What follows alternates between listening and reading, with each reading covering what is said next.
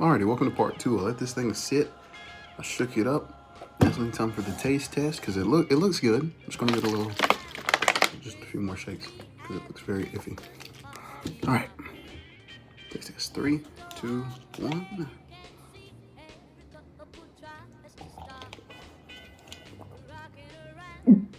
Just kidding, it wasn't that bad. I don't know. It just tastes like you just watered down a mocha latte. Well, I'm gonna go drink this because it's kind of good. Happy holidays.